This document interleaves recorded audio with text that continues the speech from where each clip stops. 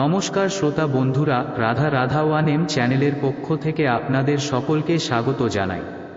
আজকের এই ভিডিও থেকে ভগবান শ্রীকৃষ্ণের মূল্যবান কিছু উপদেশ জানতে পারবেন। এই মূল্যবান উপদেশগুলি কাজে লাগিয়ে আপনার জীবনে সফলতা অর্জন করতে পারবেন। তাই আজকের এই ভিডিওটি অবশ্যই মনোযোগ সহকারে শুনবেন।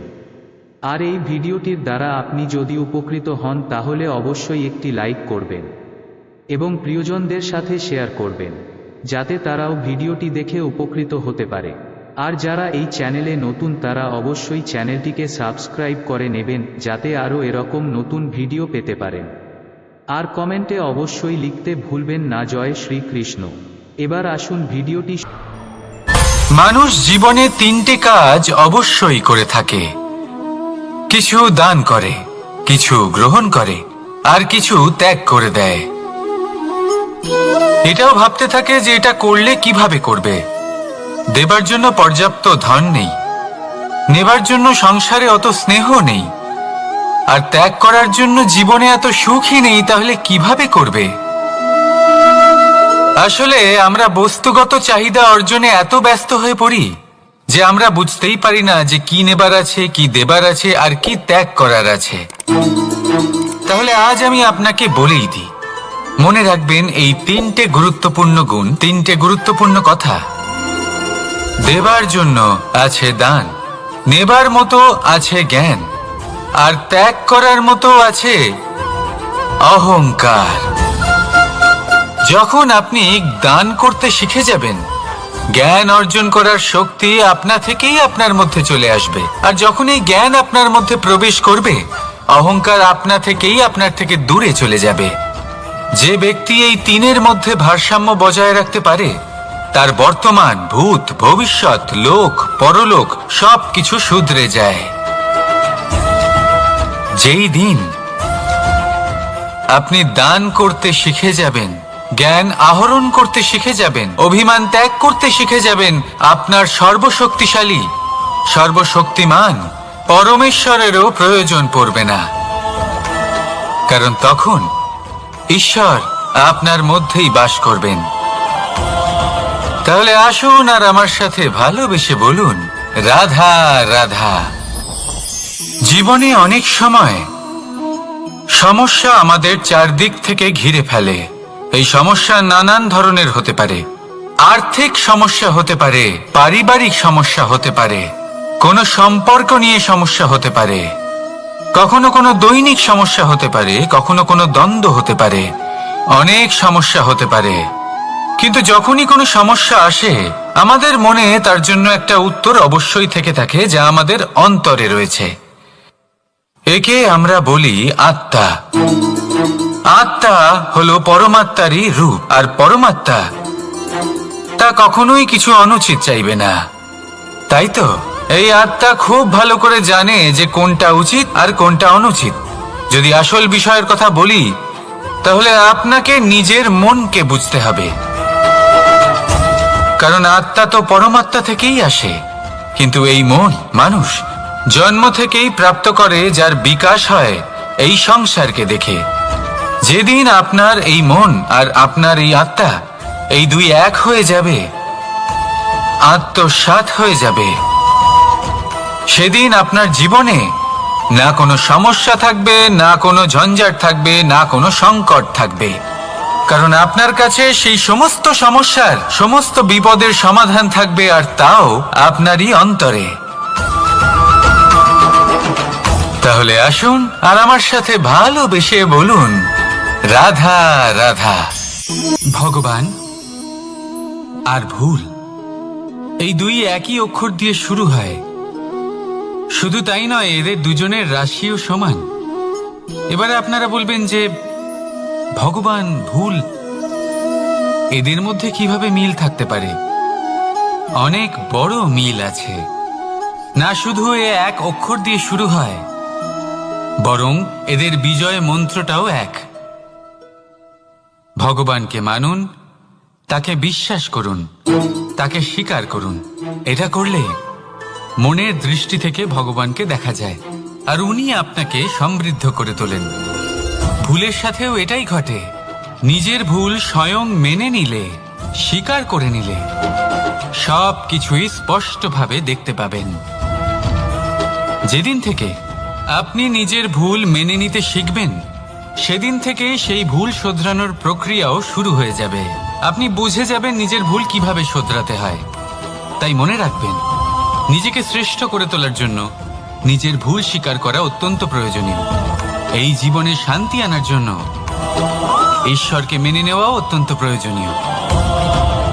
সবসময় নিজের গুণ এবং নিজের দোষ মনে রাখবেন। আজীবন সুখী থাকবেন। রাধা রাধা। আমরা সবসময় চাই যে এই সংসার আমাদের জ্ঞানী বলবে, বুদ্ধিমান বলবে, বুঝদার বলবে, কিন্তু মূর্খ যেন কেউ না বলে। মূর্খ শব্দটা আমরা কেউ শুনতে চাই না, দূরে পালাতে থাকি। কিন্তু একটা সত্যি সবার কাছে অজানা, যে মূর্খ হওয়া হলো বুদ্ধিমান হওয়ার দিকে সর্বপ্রথম পদক্ষেপ। আপনি যত খুশি দিগ্গজ জ্ঞানী মানুষদের সাথে আলাপ করুন, যত ইচ্ছে কথা বলুন, যতই জ্ঞানের কথা আলোচনা করুন, অভিজ্ঞতা মূর্খ হবার পরেই পাওয়া যায়, তাই নয় কি? মূর্খ হবার পরে আপনি এটা বুঝতে পারবেন যে কি করা উচিত নয়। জ্ঞানী ব্যক্তি আপনাকে এটা বলবেন যে কি করা উচিত। আর এই সংসারে কি করা উচিত তার থেকেও অনেক বড় জ্ঞান হলো কি করা উচিত নয়। সেই জন্য সব সময় মনে রাখবেন, আপনার করা কিছু ভুল আপনাকে যদি কেউ মূর্খ বানিয়ে থাকে, ছল চাতুরি করে থাকে, তাহলে কোনো ব্যাপার নয়। এটা শেষ পর্যন্ত আপনাকে আরো বুদ্ধিমান করে তুলবে। এই মুহূর্তে ধন্যাত্মক থাকুন। এই সংসার আপনাকে অবশ্যই জ্ঞানী বলবে। রাধা রাধা। আপনি কি কখনো একজন মালিকে একটা বাগানের যত্ন নিতে দেখেছেন? যদি কখনো একটা গাছে উই ধরে যায়, মালি তখন শুধু সেই গাছের নয়, সমস্ত বাগানের চিকিৎসা করায়। আপনারা হয়তো বলবেন, এ কেমন মূর্খতা? যখন উই একটা গাছে লেগেছে, সমস্ত বাগানের চিকিৎসা কেন করাতে হবে? এ তো অযথা পরিশ্রম করা। কিন্তু মালি খুব ভালো করে জানে যে উই হয়তো একটা গাছে লেগেছে, কিন্তু তা সমস্ত বাগানকে নাশ করে দিতে পারে। এবার মালির এই শিক্ষা, এই জ্ঞান অন্য অনেক জায়গাতে প্রযোজ্য। এই সংসারে আমরা শুধুমাত্র নিজের পরিবারের কথাই চিন্তা করি, তাদের যত্ন নিই, চেষ্টা করি যেন তারা ভালো থাকেন, সুখে থাকেন। আর সেই সময় এই সমাজের কিছু বিরোধী মনোভাব এই সমাজকে গ্রাস করে ফেলে, এই সমাজকে নষ্ট করে ফেলে। কিন্তু আমাদের নজর শুধু আমাদের পরিবারে থাকে। সেই জন্য যখন কথা ওঠে রাষ্ট্রের, দেশের, তখন তার জন্য সিদ্ধান্ত নিতে হবে, তখন তার জন্য ত্যাগ করতে হবে। আর মনে রাখবেন, যে সমস্যায় আসুক তার সমাধান পূর্ণরূপে বাঞ্ছনীয়। এই সংসারে প্রত্যেক ব্যক্তি যদি নিজের পরিবারেরও খেয়াল রাখেন এবং সমাজেরও খেয়াল রাখেন এবং সঠিকভাবে এই দেশেরও খেয়াল রাখেন, তবেই এই দেশ সম্পন্ন হতে পারবে। তাহলে আপনিও সেই প্রয়াস করুন আর আমার সাথে ভালোবেসে বলুন, রাধা রাধা। কথায় বলা হয়, জীবনে ভালোবাসাই হলো সুখের মূল। এটা সত্য। এবার প্রশ্ন হলো এটাই যে এই ভালোবাসা কার সাথে করা উচিত। যদি আপনি কিছুক্ষণের জন্য সুখ পেতে চান, তাহলে ভালোবাসুন নিজের রুচি মতো। যদি আপনি কিছুদিনের জন্য সুখ পেতে চান, ভালোবাসুন নিজের বন্ধুদের। যদি আপনি কয়েক মাসের জন্য, কয়েক বছর বা অনেক বছরের জন্য সুখী হতে চান, তাহলে ভালোবাসুন নিজের পরিবারকে, মাতা পিতা, নিজের সন্তান, স্বামী স্ত্রী, নিজের আত্মীয়দের। কিন্তু যদি আপনি চিরকালের জন্য সুখী হতে চান, তাহলে ভালোবাসতে হবে শুধু নিজের কর্মগুলিকে। কারণ সম্পর্ক যেমনই হোক না কেন, কখনো না কখনো ভেঙে যাবেই। এই সংসার হলো এমনই যে যাদের সঙ্গ আমরা পাই, তাদের সঙ্গ একদিন ত্যাগ করতে হয়। শুধু কর্মই হলো এমন এক সঙ্গ যা কখনো আপনাকে ত্যাগ করবে না। আপনার মৃত্যুর পরেও এই কর্ম আপনাকে বাঁচিয়ে রাখবে। তাই সবসময় মনে রাখবেন, এই কর্ম ধর্ম মনে করে পালন করা উচিত। জীবনের শেষ মুহূর্ত পর্যন্ত কর্মকে ভালোবাসুন, জীবনের শেষ মুহূর্ত পর্যন্ত সুখে থাকবেন। আর আমি তো সবসময় বলি, শুধু কর্ম করতে থাকো, ফলের চিন্তা করো না। তাহলে আসুন আর আমার সাথে ভালোবেসে বলুন, রাধা রাধা। দ্বিধাবোধ। অনেক সময় আমরা জীবনে সেই বাঁকে এসে পৌঁছই যেখানে আমরা বুঝতেই পারি না যে এবার কোন দিক নির্বাচন করা উচিত। কখনো এদিকে যাওয়া উচিত মনে হয়, কখনো ওদিকে যাওয়া উচিত মনে হয়, কখনো দুদিকেই যাওয়া প্রয়োজনীয় বলে মনে হয়, কিন্তু তা তো সম্ভব নয়। কখনো কখনো এটা মনে হয় যে এখানেই থেমে যাওয়া ভালো, কোথাও না যাওয়াই শ্রেয়। এবার একেই তো দ্বিধাবোধ বলে। সংসারে এমন কোনো দ্বিধা নেই যার সমাধান সম্ভব নয়। এই দ্বিধাবোধ স্বাভাবিক। আর আপনার এই দ্বিধাকে আমি একটু সরল করে দিই। দ্বিধাগ্রস্ত হয়ে নির্বাচন করলে তখন এটা মাথায় নিয়ে করবেন যে আপনার এই নির্বাচনের ফলে এই সংসারের ওপর, এই সমাজের ওপর কি প্রভাব পড়তে পারে। নিজের লাভ ক্ষতির বিষয়ে ভাবা ছেড়ে দিন আর কর্ম করুন সংসারের মঙ্গলের জন্য, আগামী প্রজন্মের মঙ্গলের জন্য। ভাবুন আপনার এই নির্বাচনের জন্য কিভাবে তাদের জীবনের উদ্ধার সম্ভব। কারণ এই ভাবনাই হলো উচিত ভাবনা। কারণ অনেক সময় ওষুধ একটু কড়া মনে হতেই পারে, কিন্তু এই ওষুধই তো রোগ মুক্তি ঘটায়। সেইভাবে আপনাকেও এই দ্বিধার মুহূর্তে কঠিন নির্বাচন করতে হতে পারে। এই কঠিন নির্বাচন জীবনে কঠিন পরিস্থিতিও আনতে পারে, কিন্তু যদি এই নির্বাচন ধর্মসঙ্গত হয়, যদি এর দ্বারা সংসারের মঙ্গল হয়, তাহলে এই নির্বাচনই হলো সঠিক নির্বাচন। আসুন আমার সাথে ভালোবেসে বলুন, রাধা রাধা। মানুষ নানান ধরনের বাসনা পোষণ করেন। তাদের নানান ইচ্ছে থাকে, অভিলাষা থাকে, নানান কামনা করতে থাকেন, স্বপ্ন দেখেন, প্রার্থনা করেন যেন তা সফল হয়, নিজের সম্পন্নতা কামনা করেন, আর শেষে নিরাশ হয়ে যান কারণ এসব কিছুই পান না। আপনাকে একটা ছোট্ট উদাহরণ দিই। জঙ্গলের রাজা কাকে বলা হয়? সিংহকে। এবার যেহেতু সিংহ বনের রাজা, তাই হরিণ তো তার কাছে এসে এটা বলতে পারে না যে আপনি হলেন বনের রাজা, তাই আপনি আমাকে মেরে ফেলুন, আমাকে খেয়ে ফেলুন আর নিজের ক্ষুধা নিবারণ করুন। এমন তো হয় না। সিংহ যতই বনের রাজা হোক, তাকেও পরিশ্রম অবশ্যই করতে হয়, তবেই তার ক্ষুধা নিবারণ হয়। সেইভাবেই আপনার সমস্ত স্বপ্ন, আপনার সমস্ত ইচ্ছে, আপনার সমস্ত অভিলাষা, সমস্ত আকাঙ্ক্ষা পূরণ হবেই, অবশ্যই হবে, পরিশ্রমের দ্বারা। শুধু ভাবলেই হবে না। তাহলে আপনিও জীবনে পরিশ্রম করুন, নিজের সমস্ত স্বপ্ন পূরণ করুন, আর আমার সাথে ভালোবেসে বলুন, রাধা রাধা। আপনি কি কখনো কোনো উঁচু পর্বতের শিখরে পৌঁছতে পেরেছেন? যদি পৌঁছে থাকেন বা যদি আপনি কোনো উঁচু পর্বতের শিখরে যান, তাহলে ভালো করে দেখবেন, আপনি যত উঁচুতে অগ্রসর হতে থাকবেন, আস্তে আস্তে সমস্ত বনস্পতি বিলুপ্ত হতে থাকে। তারপরে সমস্ত গাছপালা, পশু পাখি সব বিলুপ্ত হতে থাকে। শেষ পর্যন্ত সেই শিখরে থেকে যায় শুধুমাত্র শান্তি, নীরবতা। আমাদের মানুষের সাথেও এটাই হয়। মানুষ যখন আত্মবিকাশের পথে অগ্রসর হতে থাকে এবং নিজের জীবনের শিখরে পৌঁছতে চায়, তখন তার একা থাকা অত্যন্ত প্রয়োজনীয় হয়।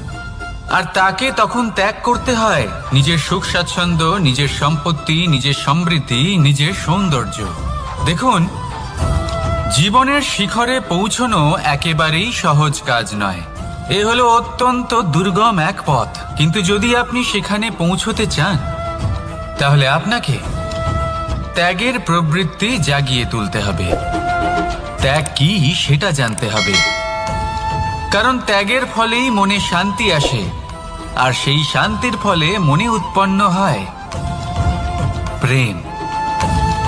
আর এই প্রেমই হলো জীবনের অন্তিম লক্ষ্য। তাহলে আসুন আমার সাথে ভালোবেসে বলুন, রাধা রাধা। মানুষ বলেন প্রেমে অনেক শক্তি আছে, আর এটা সত্যিও বটে। প্রেমে এতটাই শক্তি থাকে যে শত্রুতার বড় বড় স্তম্ভকেও এত সহজে ফেলে দিতে পারে। কিন্তু আপনি দেখে থাকবেন, যারা অধিক শক্তিশালী হন তারা দুই ধার সম্পন্ন তরোয়ালের মতো হন। কারণ এই প্রেম যদি আচরণে থাকে, মনে থাকে, বিচার বুদ্ধিতে থাকে, তাহলে তা শুভ হয়। এই প্রেম সৃজন করে। কিন্তু প্রেম যদি ব্যবসার অঙ্গ হয়, যদি এই প্রেমের ব্যবহার নিজের স্বার্থ, নিজের অহংকারের জন্য করা হয়, তাহলে তা সংসারের বিনাশ ঘটাতে পারে। রাধা প্রেমের ব্যবহার করেছে শাম্বের কারণে, আর শাম্ব সেই প্রেমের ব্যবহার করেছে নিজের অহংকার, নিজের স্বার্থ সিদ্ধির জন্য। শেষ পর্যন্ত ক্ষতি শাম্বের হলো না, হলো প্রেমের। তাই মনের মধ্যে প্রেম ভাব অবশ্যই রাখুন, নিজের আচরণেও প্রেম ভাব বজায় রাখুন, কিন্তু সতর্কও থাকবেন আপনার এই প্রেম, একে নিয়ে কেউ ব্যবসা না করে ফেলেন। আসুন আর এই ভালোবাসার সাথেই বলুন, রাধা রাধা। সত্য, এই সত্য আসলে কি? কেউ বলবেন যা অসত্য নয় তাই হলো সত্য, কেউ বলবেন সেটা যার ভিত্তিতে আমরা বেঁচে আছি তাই হলো সত্য। কিন্তু সত্য আসলে কি? তার থেকেও বেশি গুরুত্বপূর্ণ হলো এটা বুঝতে পারা যে সত্যের ব্যবহার কিভাবে করা উচিত। যদি আপনার কাছে সত্য থাকে বা আপনি সত্য জেনে থাকেন আর আপনি তার ব্যবহার করেন, সদ্ব্যবহার করেন সংসারের জন্য, তাহলে আপনি এই সমস্ত সংসারের অনেক ঊর্ধ্বে চলে যাবেন। কিন্তু যদি আপনি সত্য জানেন আর তার দুর্ব্যবহার করেন, তাহলে আপনি সমস্ত সংসারের পক্ষে ক্ষতিকারক হয়ে উঠতে পারেন। তাই মনে রাখবেন, সত্য যতটাই কোমল, অর্ধ সত্য হলো ততটাই কঠোর। এই অর্ধ সত্য সমস্ত সংসারের বিনাশ ঘটাতে পারে। সেই জন্য জীবনে সত্যের বিষয়ে সম্পূর্ণ সত্য জানতে শিখুন, এ হলো অত্যন্ত গুরুত্বপূর্ণ। এই সত্য তার নিজস্ব দাবি হলো আপনি সাবধানে থাকুন। তাহলে আসুন আর আমার সাথে ভালোবেসে বলুন, রাধা রাধা। পঞ্চমহাভূত জীবন রচনায় এর অবদান অনস্বীকার্য। এই পঞ্চমহাভূত আসলে কি? জল, বায়ু, অগ্নি, মাটি আর আকাশ। এবার শুধুমাত্র জীবন রচনায় এর অবদান আছে তা নয়, শুধু শরীর রচনাতে এর যোগদান আছে তা নয়, বরং এরা হলো আমাদের জীবনের সবথেকে বড় শিক্ষক। এবার আপনারা সকলে চমকে যাবেন, হয়তো আপনারা এই দৃষ্টিভঙ্গি দিয়ে কখনো দেখেননি। আমি আজ আপনাদের বোঝাবো। এদের মধ্যে সবথেকে বড় তত্ত্ব জল। এ আমাদের কি শেখাচ্ছে? এই জল, এর নামই হলো জল, কিন্তু এ কখনোই আমাদের জ্বালায় না, আমাদের জ্বলনের কারণ হয় না। তাহলে কি করে? আমাদের তৃষ্ণা মেটায়, আমাদের শীতলতা প্রদান করে, জীবন দান করে। এর দ্বারা আমরা কি শিক্ষা লাভ করি? যে আপনার উৎপত্তি যেখান থেকেই হোক না কেন, আপনি যেখানেই জন্মগ্রহণ করুন না কেন, আপনার কর্ম সর্বদা শ্রেষ্ঠ হওয়া উচিত। আপনি জলকে যে কোনো পাত্রে রাখুন না কেন, সে সেই অনুসারেই নিজের আকার ধারণ করে নেয়। এর দ্বারা আমরা কি শিক্ষা পাই? এই শিক্ষাই পাই যে যে কোনো পরিস্থিতিতেই নিজেদের মানিয়ে নিতে হবে, নিজেকে সেরকম করে নিতে হবে। যে দেশেই থাকি না কেন, যে স্থানেই থাকি না কেন, যে পরিস্থিতিতেই থাকি না কেন, যে ব্যক্তির সাথেই থাকি না কেন, আমাদের সুখময় হয়ে জীবন অতিবাহিত করা উচিত। দেখুন, আমাদের কত বড় একটা শিক্ষা দিল এই জল, যা আমরা কোনোদিন দেখতেই পাইনি। নিজেকে জলের মতোই করে তুলুন। সুখের ধারায় স্বাচ্ছন্দ্যে প্রবাহমান হতে থাকবেন আপনি। নিজের আকারকে ভেঙে ফেলুন, নিজের সীমা লঙ্ঘন করুন। আপনি অবশ্যই একদিন মহানুভবতা অনুভব করবেন। তাহলে আসুন আর আমার সাথে ভালোবেসে বলুন, রাধা রাধা।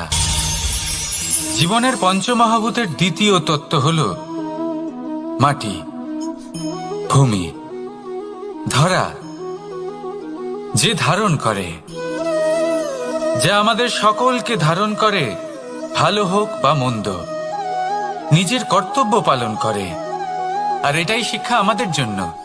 আমাদেরকেও আমাদের সকল কর্তব্য পালন করতে হবে, তা সে আমাদের নিজেদের প্রতি হোক, আমাদের পরিবারের প্রতি হোক, সমাজের প্রতি হোক বা ঈশ্বরের প্রতি। এই শিক্ষা আমাদের মাটি দিয়ে থাকে, এ আমাদের পদতলে পিষ্ট হয়েও তার বদলে আমাদের বনস্পতি প্রদান করে। অগ্রসর হতে পদক্ষেপ নেওয়ার সময় আমরা পা দিয়েই ধরিত্রীকে পিছনে ঠেলি, কিন্তু এই মাটি আমাদের ঘৃণা করে না। সে আমাদের পরবর্তী পদক্ষেপের জন্য অপেক্ষা করে আর স্বাগত জানায়। আর হয়তো সেই জন্যই এই ধরাকে আমরা ধরিত্রী মাতা বলে থাকি। আর তাই এই পদবি, এই সম্মান, এই ভালোবাসা এর আকার বা এর ভারের জন্য একে প্রদান করা হয় না, প্রদান করা হয় এর স্বভাবের কারণে। আপনিও যদি ধরিত্রীর মতো হতে পারেন, যদি আপনিও নিজের সকল কর্তব্য পালন করেন, বিশ্বাসের সাথে তা স্বীকার করে নিতে পারেন, যদি অন্য কারোর সাফল্যেও আপনি প্রসন্ন হতে শিখতে পারেন, যদি আপনি একটু কষ্ট সহ্য করে অন্য কাউকে প্রসন্নতা প্রদান বা অন্য কাউকে সেবা করতে পারেন, তাহলে আপনিও মাটির মতোই মহান হয়ে উঠতে পারবেন। তাহলে আসুন আর আমার সাথে ভালোবেসে বলুন, রাধা রাধা। জীবনের পঞ্চমহাভূতের মধ্যে একটা তত্ত্ব হলো বায়ু। বায়ু যাকে কিনা দেখা যায় না, বরং তাকে কিন্তু আমরা অনুভব করতে পারি। আর একে সব থেকে বেশি অনুভব করতে পারি তখন যখন বায়ু কম থাকে। বায়ু যদি লুপ্ত হয়ে যায়, তাহলে তখনই আমরা বুঝতে পারি যে বায়ু তো নেই, এ তো সমস্যার ব্যাপার। এবার এই বায়ু দ্বারা আমরা কি শিক্ষা পাই? এই বায়ু আমাদের এই শিক্ষা দেয় যে আমাদের কখনোই অহংকার করা উচিত নয়। আমরা সকলেই কখনো না কখনো চাই যে আমাদের শ্রেষ্ঠতা, আমাদের যোগ্যতা, আমাদের মাহাত্ম্য এই সংসার বুঝতে পারুক। আর নিজের মাহাত্ম্য প্রমাণ করার জন্য শক্তি দেখানোর কোনো প্রয়োজন নেই।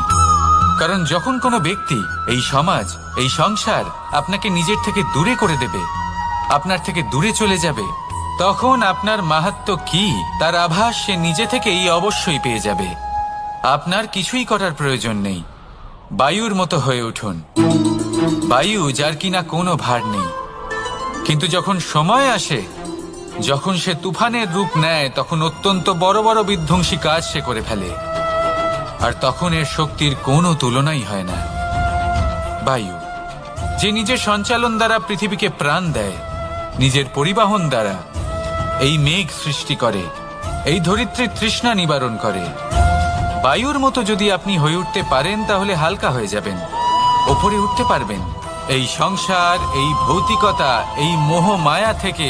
আর তখন আপনি বুঝতে পারবেন যে প্রেম কাকে বলে।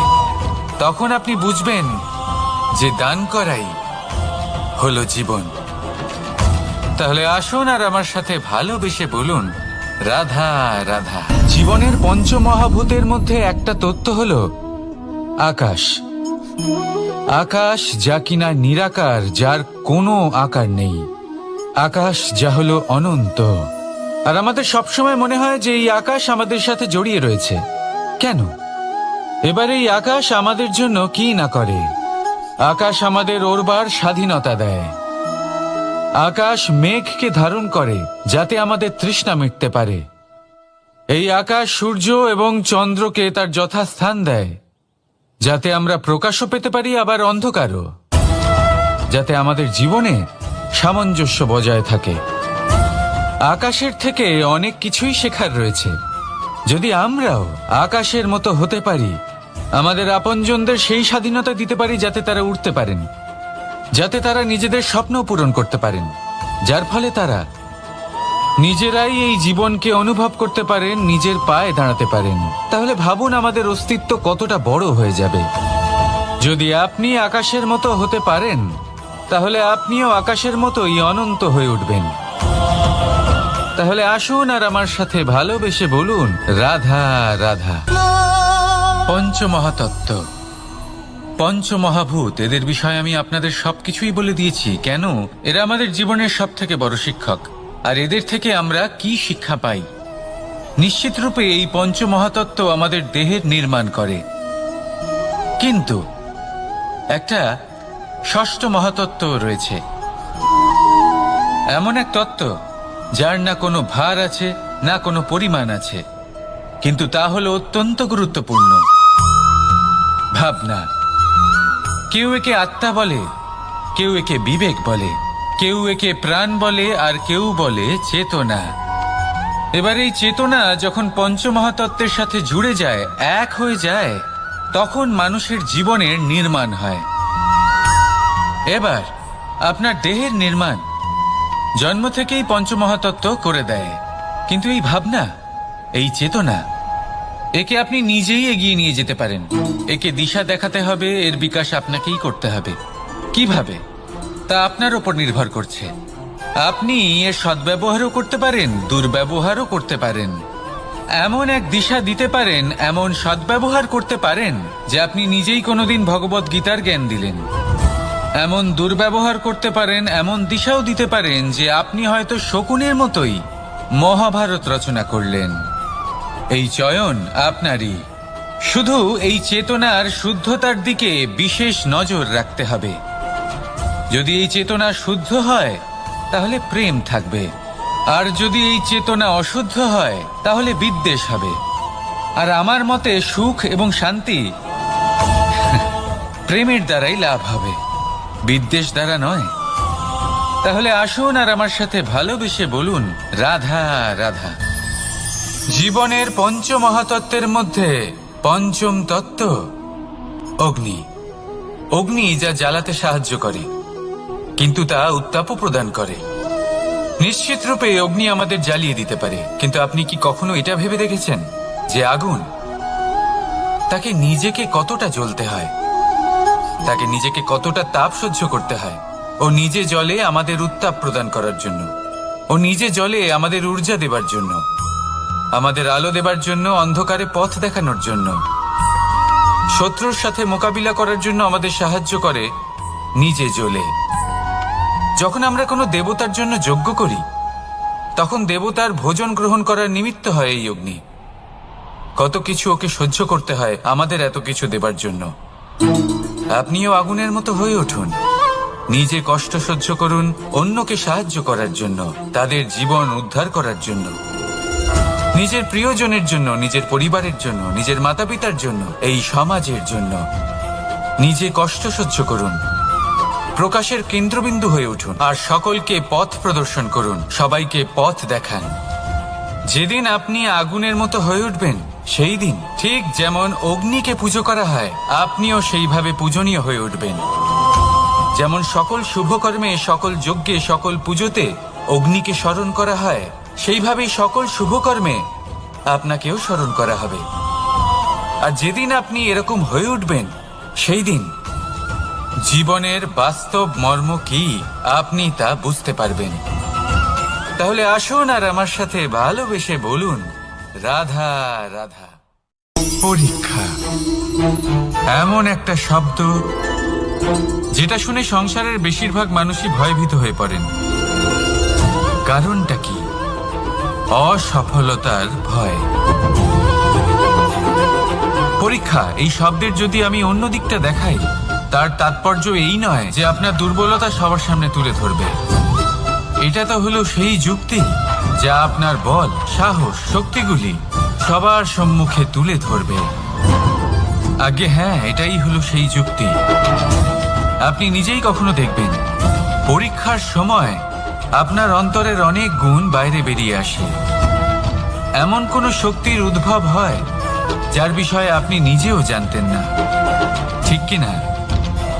তাই এই পরীক্ষাকে কখনো ভয় পাবেন না। বিশ্বাসের সাথে নির্ভীক হয়ে এটার সম্মুখীন হন। দিনের শেষে এই পরীক্ষা শুধুই আপনাকে উজ্জ্বল করবে, আপনাকে আরো শ্রেষ্ঠ করে তুলবে। তাহলে আসুন আমার সাথে ভালোবেসে বলুন, রাধা রাধা।